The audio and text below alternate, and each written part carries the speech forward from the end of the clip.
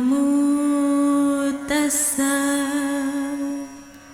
भगवतो अरहतो सम्मा संबुद्धस्स। बुद्ध और उनका धम्म बाबा साहेब डॉक्टर अम्बेडकर द्वारा रचित कालजयी पुस्तकों के इस रचना संसार में आपका स्वागत है। आप जानते हैं कि इस समय हम लोग बाबा साहेब डॉक्टर अम्बेडकर द्वारा मूल रूप से अंग्रेजी में रचित ग्रंथ द बुद्धा एंड हिज धम्मा, इसका ये हिंदी अनुवाद आप तक पहुंचा रहे हैं। और ये जो हिंदी अनुवाद है, ये हिंदी अनुवाद डॉक्टर भदंत आनंद कौशल्यायन जी का है। तो आइए इस कड़ी में आगे बढ़ते हैं। हमेशा की तरह आपको याद भी दिला देते हैं कि ये बुद्ध और उनका धम्म के चतुर्थ कांड का चौथा भाग है, जिसमें बाबा साहेब सदाचरण, उसकी सामाजिक जिम्मेदारी, सदाचरण करना ये हमारी व्यक्तिगत जिम्मेदारी, और फिर इसके साथ दुनिया कैसे जुड़ती है, सारी मानवता इसके साथ कैसे जुड़ती है और मानव कल्याण का रास्ता इसमें कैसे खुलता है, इस बात को बाबा साहेब इस समय इस अध्याय में समझा रहे हैं। देखिए, हमने पिछली कड़ी में ये देखा कि धम्मिक ये तथागत के पास पहुंचे हैं जेतवनाराम में, और वहां तथागत से वो सवाल करते हैं कि भंते, ये बताइए कि आपके जो श्रावक है ये सदाचरण में संपूर्णता कैसे प्राप्त करते हैं। और इसका उत्तर देते हुए तथागत कहते हैं, बस वही उत्तर इस वक्त आप तक पहुंचा रहे हैं। आइए इस कड़ी में इस अध्याय से जुड़ जाते हैं। तथागत कहते हैं, ध्यान दो, मैं तुम्हें शुद्धाचरण के नियम कहता हूं, सुनो और तदनुसार आचरण करो। तथागत के धम्म को कहने सुनने का धम्म नहीं कहा जाता। तथागत का धम्म ये कहने सुनने का नहीं है, वो आचरण का धम्म है। यानी बड़ी सीधी सादी बात है कि अगर तथागत के सारे वचनों को कोई सुन ले या फिर मुखोद्गत कर ले, इससे कोई फर्क नहीं पड़ेगा तब तक जब तक कि वो उन वचनों को, उस मार्ग को, उस मार्गदर्शन को अपने जीवन का हिस्सा न बना ले और उस पर आचरण न करें। तो इसलिए तथागत का देखिए ये जो कहना है उपासकों के लिए, क्योंकि इस समय 500 उपासक हैं जो धम्मिक के साथ जेतवन में पहुंचे हैं, और उपासकों के लिए ये प्रवचन है। अब देखिएगा, तथागत कहते हैं कि इसे ध्यान से सुनो और सुनकर तदनुसार आचरण करो।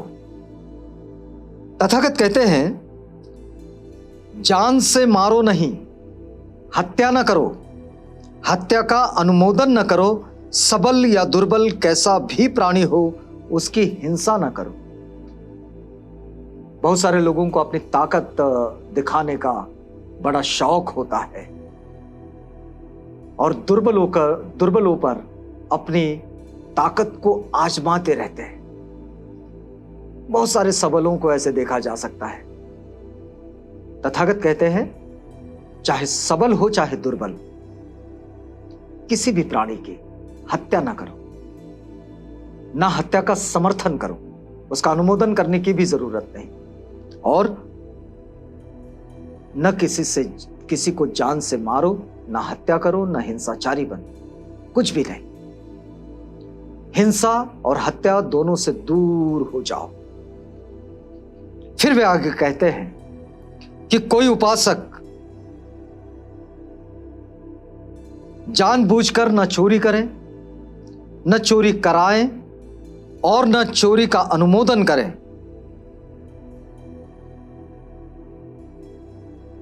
न चोरी करें, न चोरी कराएं, न चोरी का अनुमोदन करें।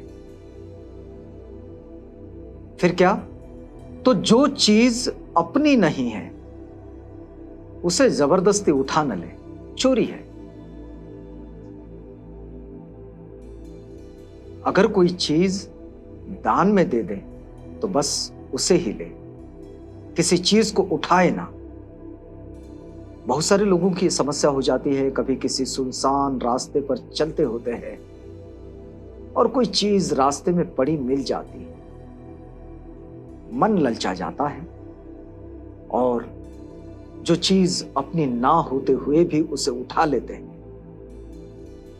ठीक नहीं है कहते हैं तथागत, अच्छा नहीं है, ये चोरी है। फिर देखिए आगे क्या कहते हैं वे, अब्रह्मचर्य को आग के गढ़े समान समझे। मतलब काम भोग के जो विषय है इससे दूर हो जाए, ये जो इसका मिथ्याचार है इससे दूर हो जाए। अब्रह्मचारी बनकर विवाहिता स्त्री से भी संसर्ग ना करें। काम भोगों के विषय से बिल्कुल बाहर निकल आए, उस मिथ्याचार से।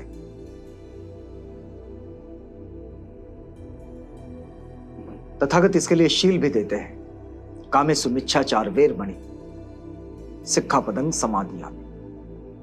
फिर आगे बढ़ते हैं, फिर कहते हैं कि निजी परिषद में, अदालत में या बातचीत में झूठ ना बोले। चाहे निजी परिषद हो, चाहे अदालत हो, मतलब जहां गवाही देना है, जहां साक्ष्य बनना है किसी के, वहां भी झूठ ना बोले। न वह किसी को झूठ बोलने के लिए प्रेरित करें और ना ही झूठ का समर्थन करें। स्वयं भी झूठ ना बोलें, किसी को झूठ बोलने के लिए प्रेरित भी ना करें और झूठ का समर्थन भी ना करें। उसे चाहिए कि वह असत्य का त्याग कर दे। मनुष्य को चाहिए कि वह असत्य का त्याग कर दे। फिर आगे देखिए क्या कहते हैं, उपासक को चाहिए। यह प्रवचन बड़ा महत्वपूर्ण है तथागत का, जो उपासकों के लिए उन्होंने 500 उपासकों के लिए ये जेतवन में दिया है। कहते हैं कि उपासक को चाहिए कि इस नियम को माने, नशीले पदार्थों को ग्रहण ना करें, किसी को पान न कराएं, किसी के पान करने का अनुमोदन न करें। देखें कि शराब आदमी को कैसा पागल बना देती है। आपने ऐसे कई देखे होंगे जो सुबह उठकर मंजन भी नहीं करते, ब्रश भी नहीं करते, लेकिन शराब के गुत्थे पर दिखते हैं, शराब के अड्डे पर पहुंच जाते हैं। तथागत कहते हैं शराब आदमी को पागल बना देती है। न तो उसका समर्थन करें, न उसका अनुमोदन करें। फिर देखिए आगे तथागत क्या कहते हैं कि शराब के नशे में उपासक पाप कर बैठते हैं तथा दूसरे प्रमादी उपासकों को पाप में प्रवृत्त करते हैं। शराब के नशे में उपासक पाप कर बैठते हैं, बुरा काम कर बैठते हैं। कई लोगों को देखा होगा आपने, पीते नहीं हैं तो बड़े अच्छे रहते हैं, पी लेते हैं तो थोड़ी देर में इतने गड़बड़ा जाते हैं कि उनका घराना आप सबको पता है। आपके आसपास में ऐसे कई लोगों को आपने देखा होगा। तथागत कहते हैं इसलिए इस पागल बनाने वाले व्यसन का, इस मूर्खता का और इस मूर्खों के स्वर्ग का परित्याग करें। तथागत इसे कहते हैं मूर्खों का स्वर्ग। शराबियों को यह लगता है कि शराब पीने से सारे गम भूल जाते हैं। ऐसा होता है नहीं। यह मूर्खों का स्वर्ग है। तथागत कहते हैं तो इस मूर्खों के स्वर्ग का परित्याग करें, क्योंकि नशा जब भी उतर जाता है सारी समस्याएं जैसी कि वैसी सामने खड़ी होती है, या फिर वो अपना विकराल रूप धारण कर लेती है। आगे वे कहते हैं कि प्राणी हिंसा न करे, चोरी ना करें, झूठ न बोले, नशीले पेय पदार्थों से दूर रहे और अब्रह्मचर्य से विरत रहे तथा रात को विकाल भोजन ना करें। तथागत कहते हैं रात को विकाल भोजन ना करें। यह असमय किया हुआ भोजन है। इसे थोड़ा सा वैज्ञानिक दृष्टि से भी देखें तो आज के आधुनिक विज्ञान का जो ऑब्जर्वेशन है, उस ऑब्जर्वेशन के हिसाब से भी ये जो रात का भोजन है ये बिल्कुल ठीक नहीं। तथागत ने उस वक्त उपासकों के लिए ये बात कही, और भिक्षुओं के लिए तो उन्होंने बंधन ही बना दिया था कि वो विकाल भोजन ना करें। और यहां रात को इस शब्द का इस्तेमाल किया है, रात को विकाल भोजन ना करें। सुगंधियों तथा पुष्प मालाओं आदि का त्याग कर दें और ऊंची बड़ी शैया पर ना सोएं। इस प्रकार सभी उपोषित दिनों में यह व्रत ग्रहण करें। जब जब भी उपोषित का व्रत ग्रहण किया है तो उपोषित में ऊंची शैया पर ना सोएं, फूल मालाओं का, सुगंधित द्रव्यों का परित्याग कर दें और पवित्र मन से अष्टांगिक मार्ग के व्रत का पालन करें। जो अष्टांगिक व्रत है, तथागत ने जो सम्यक मार्ग दिया है, उसका पालन करें। अपने आचरण को सम्यक बना ले, यही इसका मतलब। फिर आगे वे कहते हैं, देखिए ये बड़ी महत्वपूर्ण बात है, प्रातःकाल इन व्रतों को ग्रहण करें और शुद्ध श्रद्धायुक्त चित्त से भिक्षुओं को यथा सामर्थ्य भोजन तथा पेय पदार्थों का दान करें। यह एक बड़ी महत्वपूर्ण भावना है बौद्धों के आचरण शैली की। यहां बाबा साहेब का इस विशिष्ट प्रवचन को लिखने का उद्देश्य भी यही समझ में आता है हमारी, कि लोग बेहतर जीवन की ओर बने कैसे रहेंगे। जो कुछ देता है तो देने का जो समाधान होता है, क्योंकि देने वाले को जो तृप्ति मिलती है, जो समाधान मिलता है, जो संतुष्टि होती है, उस संतुष्टि का कुछ हिस्सा देने वाले के पास भी आता है।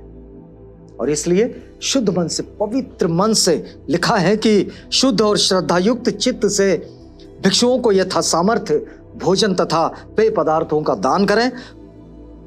और आगे एक बड़ी महत्वपूर्ण बात कि माता पिता की सेवा करें।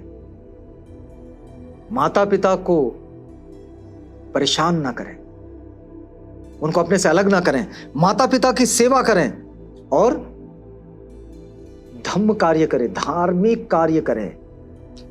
इस प्रकार दृढ़ श्रद्धावान उपासक ऊंचे पद को प्राप्त करता है। और यही मार्ग है कि सदाचरण में संपूर्णता प्राप्त करना है तो इस रास्ते पर चलना होगा।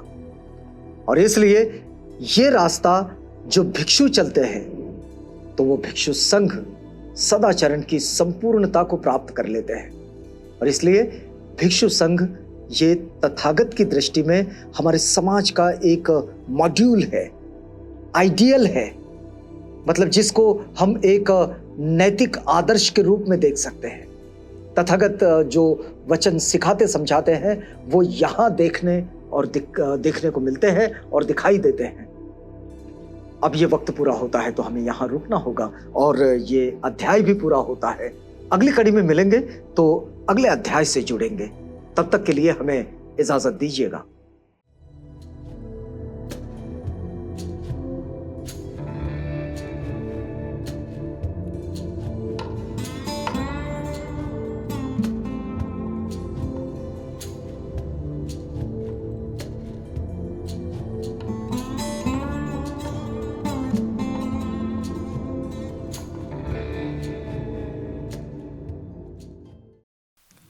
बुद्ध और उनका धम्म।